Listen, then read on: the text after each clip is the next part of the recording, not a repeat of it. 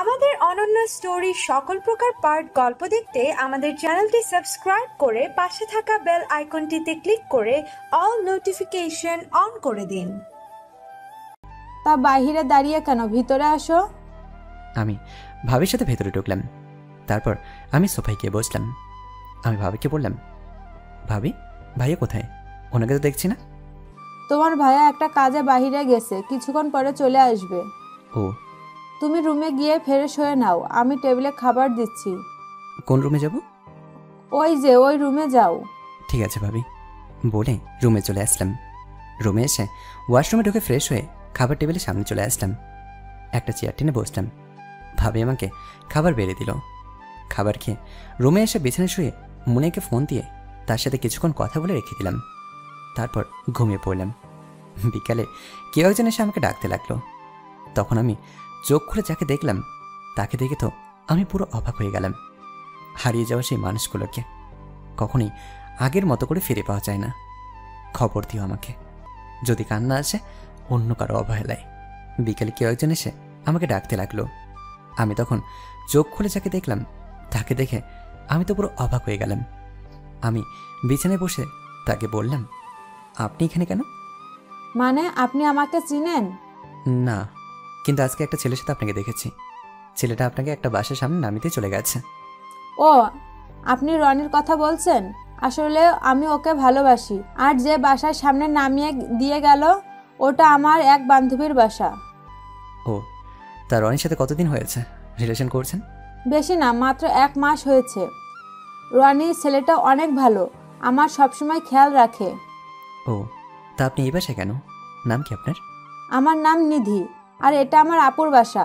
তা আপনি? আমার নাম রাসেল। আজকে যশোর থেকে আসলাম। তোমার আপু এবং দুলাভাই আমাকে ভালো করেই চেনে। আমি তোমার আপুকে রক্ত দিয়ে বাঁচিয়েছিলাম। ও, তার মানে আপনি সে রাসেল? আপুর কাছে আপনার কথা অনেক শুনেছি। আচ্ছা, আপনাকে একটা কথা জিজ্ঞেস করতে পারি? জি অবশ্যই, বলুন কি বলবেন। আপনাকে আর রনিকে দেখলাম একটা হোটেল থেকে বের হতে। তা আপনারা ওই হোটেলে কেন গেছেন? আসলে আমি যে রনির সাথে প্রেম করি আমার পরিবারে কেউ জানে না, আর হোটেলের রনি আমার সাথে খারাপ কিছু করতে গেছে, কিন্তু আমি তাকে করতে দিই নাই। আমি বলেছি বিয়ের পর সব কিছু হবে, তাই রাগ করে আমার বান্ধবীর বাসার সামনে নামিয়ে দিয়ে চলে গেছে। আপনি না বলেন রনি আপনাকে অনেক ভালোবাসে, আর ও অনেক ভালো, তাহলে আপনার সাথে খারাপ কিছু কেন করতে গেল? সে তার ভুল বুঝতে পেরেছে, তাই আমাকে বাসায় গিয়ে ফোন দিয়ে সরি বলেছে। সে এমন কাজ আর করবে না। আমি আপনাকে একটা কথা বলছি, প্লিজ রাগ করবেন না। আপনি আমাকে নাম ধরে বলবেন, আমি আপনার ছোট হব। আর কি কথা বলুন, আমি রাগ করব না। আসলে আপনি যে ছেলের সাথে প্রেম করছেন, মানে রনি ছেলেটা, সে কিন্তু অনেক খারাপ। ও অনেক মেয়ের সাথে এমন প্রেমের অভিনয় করেছে এবং অনেক মেয়ের সাথে হোটেলে গেছে। ওকে আমি অনেক আগে থেকে চিনি। কি প্রমাণ আছে আপনার কাছে যে রনি খারাপ ছেলে? রনি আমার স্ত্রীকেও ভুলে ভুলে প্রেম করেছে, তার সাথে কতবার হোটেলে গেছে। আর এই নিন, এই যে দেখুন তার প্রমাণ। বলে নিধির হাতে অফিস থেকে আসার সময় মারিয়া রনি যে হোটেল থেকে বের হচ্ছে সে ভিডিওটা মোবাইল থেকে বের করে দিলাম। আসলে আমি ভিডিওটা ডিলিট করিনি, আমার মোবাইলে রেখে দিয়েছি, কোনো সময় কাজে লাগতে পারে তাই রেখেছি। নিধি ভিডিওটা দেখে বলল, আপনার স্ত্রী এখন কোথায়? রনির সাথে কি এখন তার সম্পর্ক আছে? রনি মারিয়া সব কিছু কেড়ে নিয়েছে, তাকে ছেড়ে চলে গেছে, আর আমি মারিয়াকে ডিভোর্স দিয়ে দিয়েছি। এখন মারিয়া তার বাবা যে কলেজে প্রিন্সিপাল, ওই কলেজে পড়ে। রনি এত খারাপ, আপনার সাথে দেখা না হলে তো কখনো জানতেই পারতাম না। আর আপনি অনেক ভালো কাজ করেছেন মারিয়াকে ডিভোর্স দিয়ে। হ্যাঁ, আচ্ছা আমি একটা কথা বলি, রনিকে আমি উচ্চ শিক্ষা দেব, তাই তোমাকে আমার পাশে প্রয়োজন। আমি আপনার সাথে সব সময় আছি। এরকম ছেলেকে কঠিন শাস্তি দিতে হবে, যাতে আর কখনো কোনো মেয়ের সাথে এমন কাজ করতে না পারে। শুধু রনি না, মারিয়াকেও কঠিন থেকে কঠিন শাস্তি দিতে হবে। আমি সব ব্যবস্থা করছি, আমি যেভাবে বলবো তুমি সেভাবে কাজ করবে। আচ্ছা ঠিক আছে। ওকে, তুমি এখন যাও, আমি পরে তোমার সাথে এসব বিষয়ে কথা বলবো। আচ্ছা ঠিক আছে। নিধি রুম থেকে বেরিয়ে চলে গেল। আমি বিছানায় বসে না থেকে ওয়াশরুমে ঢুকে ফ্রেশ হয়ে ড্রয়িং রুমে আসলাম। ড্রয়িং রুমে এসে দেখি ভাইয়া সোফায় বসে আছে। আমাকে দেখে জড়িয়ে ধরে পড়ল, কেমন আছিস রাসেল? হঠাৎ কোথায় হারিয়ে গেলি? আমি ভালো আছি ভাইয়া, তুমি কেমন আছো? আর বস আমাকে যশোরে যে তার অফিসটা আছে সেটা দেখাশোনা করতে পাঠিয়েছিল। আমি ভালো আছি, আর তাই বলে তোর খোঁজ খবর রাখবি না? আসলে ভাইয়া তোমার নাম্বারটা ছিল না, আর আগের সিম কার্ডটা নষ্ট হয়ে গেছে। তা কি মনে করে ভাইয়ের সাথে দেখা করতে আসলি? একটা কাজে এসেছিলাম, আর একটু তোমার সঙ্গে দেখা করতে। তা কাজটা কি? সেটা সময় হলে বলবো, তবে তোমার কিছু লোক আমাকে দিতে হবে। তোর যত টাকা লাগে নিয়ে যাবি, এখানে আমাকে বলার কি আছে? ধন্যবাদ ভাইয়া। আরও কিছুক্ষণ কথা বলে রাতের খাবার খেয়ে রুমে চলে আসলাম। পরের দিন শুক্রবার, আর শুক্রবার তো কলেজ বন্ধ, তাই ভাবছি কালকে সকালে মারিয়ার বাসার সামনে যাব, দেখব মারিয়া কোথায় কোথায় যায়। পরের দিন সকালে ঘুম থেকে উঠে ফ্রেশ হয়ে সবার সাথে নাস্তা করে ভাইয়ের বাইকটা নিয়ে বের হলাম, আর মুখে মাস্ক এবং চোখে চশমা পরে বের হলাম। বাইক চালিয়ে মারিয়াদের বাসার সামনে কিছুটা দূরে দাঁড়িয়ে থাকলাম, আর সেখানে একটা চায়ের দোকান আছে। দোকানে বসে চা খাচ্ছি, আর বারবার মারিয়াদের বাসার সামনে তাকাচ্ছি। প্রায় 10টার সময় দেখি মারিয়া বাসা থেকে বেরোয় আসলো, বাইরে এসে দাঁড়িয়ে থাকলো। কিছুক্ষণ পর দেখি একটা গাড়িও সামনে আসলো, তারপর গাড়িতে উঠে কোথায় যেন যেতে লাগলো। আমি চায়ের দোকানে বিল দিয়ে বাইকটা নিয়ে তার পেছনে যেতে লাগলাম। কিছুক্ষণ পর দেখি গাড়িটা একটা হোটেলের সামনে থাকলো। দেখি একটা ছেলে গাড়ি থেকে নামলো, তারপর মারিয়া গাড়ির থেকে নেমে ওই ছেলের সাথে হোটেলের ভেতর চলে গেল। আমি বাইকটা নিয়ে দাঁড়িয়ে থাকলাম। প্রায় 2 ঘন্টা পর দুজনে হোটেল থেকে বেরিয়ে গাড়িতে উঠে চলে গেল। আমি হোটেলের সামনে গিয়ে সিকিউরিটিকে বললাম, আচ্ছা দাদা, একটু আগে একটা ছেলে আর একটা মেয়ে হোটেল থেকে গাড়ি নিয়ে বেরিয়ে গেল, তারা ভেতরে কী করছিল? মেয়েটা একটা নষ্টা মেয়ে, আর যে ছেলেটা ও হচ্ছে ওই হোটেলের দালালি করে। মেয়েটা এই হোটেলে দেহ ব্যবসা করে টাকা ইনকাম করে, প্রতি শুক্রবার এই হোটেলে আসে, প্রায় 4-5 জনের সাথে মেলামেশা করে। কতদিন ধরে আছে মেয়েটা? আজ 2 সপ্তাহ হয়েছে, মাঝে মাঝে রাতেও আসে। আচ্ছা, ওকে বাসা ডাকলে আসে? টাকার জন্য বেশ্যার সব কিছু করতে রাজি হয়। তাহলে কি নাম্বারটা দেওয়া যাবে? আমি এমনি কাউকে নাম্বার দিই না। ও বুঝেছি। পকেট থেকে 1000 টাকা একটা নোট বের করে দিলাম, তারপর মারিয়ার নাম্বারটা দিল। ও আচ্ছা, ঠিক আছে, আপনি থাকেন, আমি গেলাম। দারোয়ান আর কোনো কথা বলল না। আমি বাইক নিয়ে বাসে যেতে লাগলাম, আর ভাবতে লাগলাম, তার মানে মারিয়া এখন হোটেলের দেহ ব্যবসা করে, আর দিন হলে কলেজে শিক্ষকতা করে। বাবা, কি মায়েরি! বাসে এসে কলিং বেল চাপ দেওয়ার পর নিধি এসে দরজাটা খুলে দিল। আমাকে বলল, সকাল থেকে আপনি কোথায় ছিলেন? একটা কাজে গিয়েছিলাম। ঠিক আছে, ভিতরে আসুন। আমি ভেতরে ঢুকে নিজের রুমে চলে আসলাম। দুপুরে খাবার খেয়ে রুমে চলে আসলাম। আসার সময় নিধিকে বললাম আমার রুমে আসতে। রুমে এসে বিছানায় শুয়ে মোবাইল টিপছি। কিছুক্ষণ পর নিধি আমার রুমে আসলো। জি বলুন, কি বলবেন? আজকে রনির সাথে তোমার কথা হয়েছে? না, আমি তাকে ফোন দিই নাই, কিন্তু সে অনেকবার ফোন দিচ্ছে, আমি ধরি নাই। এখন থেকে ফোন দিয়ে বলো তোমার দুলা ভাইয়ের যে গোডাউন আছে ওখানে তোমার সাথে দেখা করতে, কিন্তু দেখা করতে তুমি যাবে না, যাবো আমরা।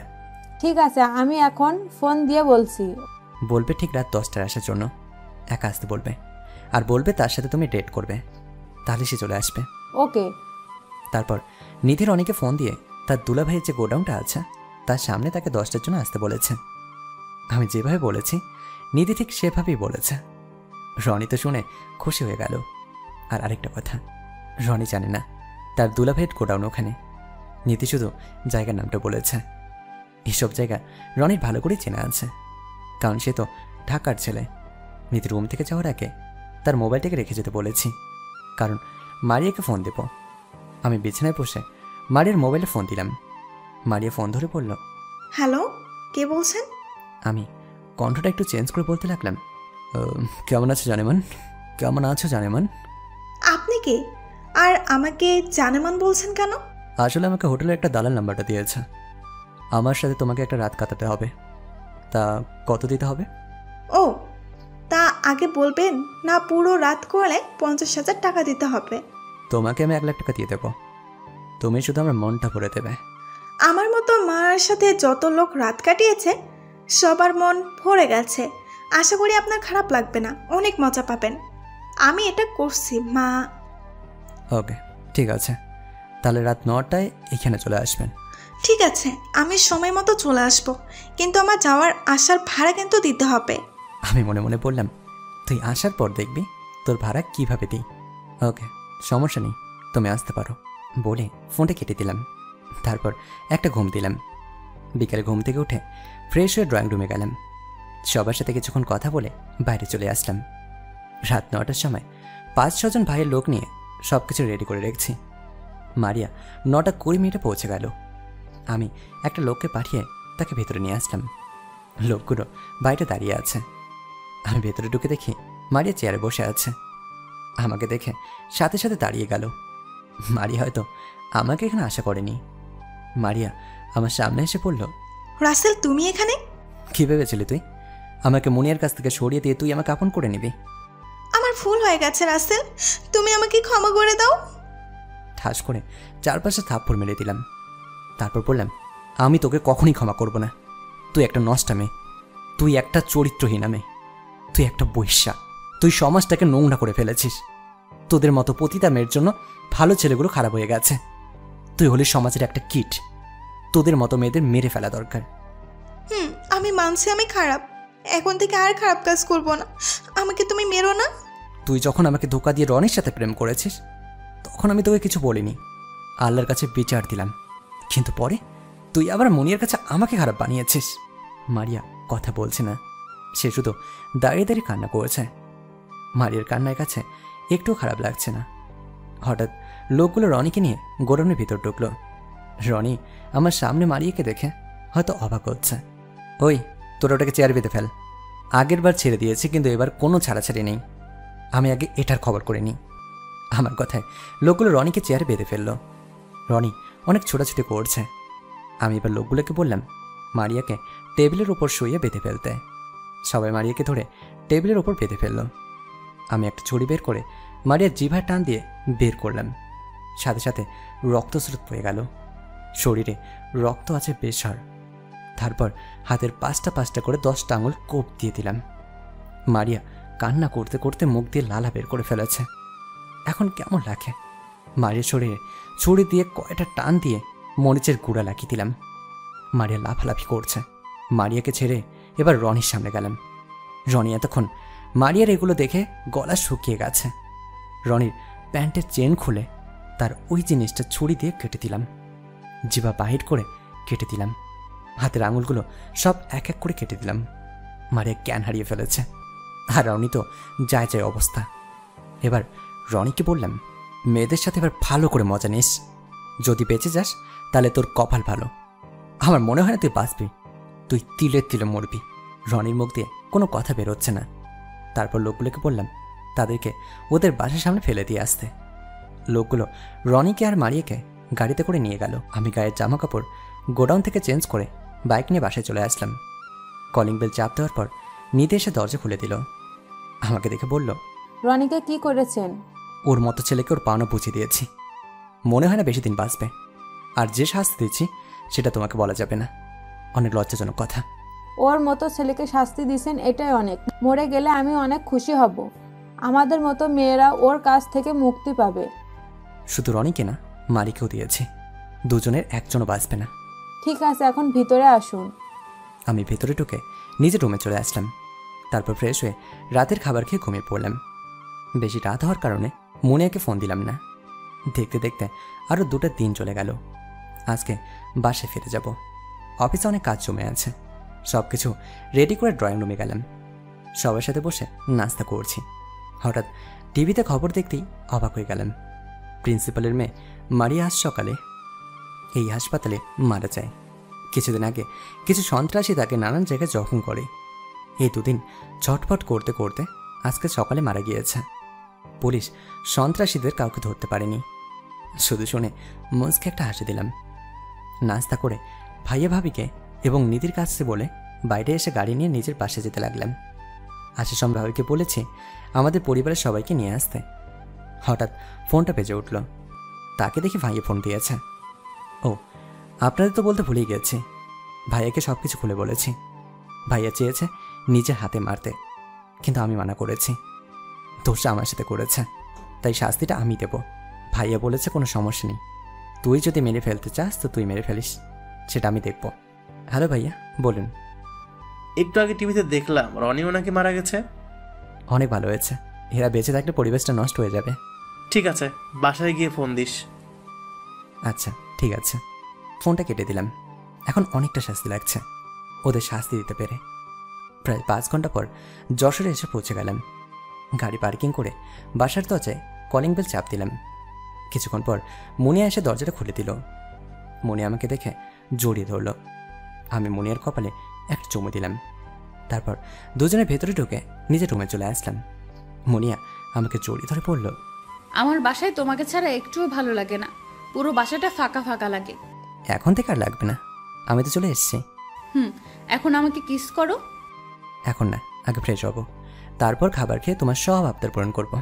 ঠিক আছে, তুমি ফ্রেশ হয়ে আসো, আমি আম্মুর সাথে টেবিলে খাবার সাজিয়ে রাখি। ওকে যাও। মুনিয়া রুম থেকে বেরিয়ে গেল। আমি ফ্রেশ হয়ে সবার সাথে খাবার খেয়ে এবং কিছুক্ষণ কথা বলে নিজের রুমে চলে আসলাম। কিছুক্ষণ পর মুনিয়া রুমে আসলো। মুনিয়া রুমে এসে আমাকে জড়িয়ে ধরল। তারপর বলল, রনি আর মারিয়াকে কি শাস্তি দিছো? তাহলে শোনো। তারপর মুনিয়াকে সব কিছু খুলে বললাম। এটা তোমার ঠিক হয়নি, তুমি তাদের শাস্তি দিতে। শাস্তি তো দিয়েছি, কিন্তু মরে যাবে সেটা ভাবিনি। আর মরে গেছে অনেক ভালো হয়েছে, তাদের মারাতে আমার পাপ হয়নি। দেশ থেকে কিছু নোংরা পরিষ্কার হয়েছে। ঠিক আছে, এখন আমাকে আদর করো, আমি মা হতে চাই। ছেলে মেয়ে লালন পালন করতে পারবে? অবশ্যই পারবো, তুমি আমাকে ভালোবাসা দিয়ে ভরে দাও। ঠিক আছে, আসো। মুনিয়া আমার কাছে আসার পর তার ঠোঁট দুটো নিজের আয়ত্তে নিয়ে আসলাম। আস্তে আস্তে মুনিয়ার শরীর থেকে কাপড়গুলো খুলে ফেলতে লাগলাম। তারপর হারিয়ে গেলাম অচেনা ঠিকানায়। ধন্যবাদ সবাইকে। সময় সারা জীবন একরকম যায় না, আজ নয় কাল পরিবর্তন হবেই ইনশাল্লাহ। আফসোস। তো কেমন হয়েছে জানাবেন, ভুল হলে ক্ষমা দৃষ্টিতে দেখবেন। আমরা গল্প লিখি আমাদের মনের অনুভূতি থেকে, বাস্তবের সাথে কোনো মিল নেই। সবাই লাইক এবং কমেন্ট করে আমাদের পাশেই থাকবেন। ধন্যবাদ সবাইকে। পরবর্তী গল্পের জন্য অপেক্ষা করুন।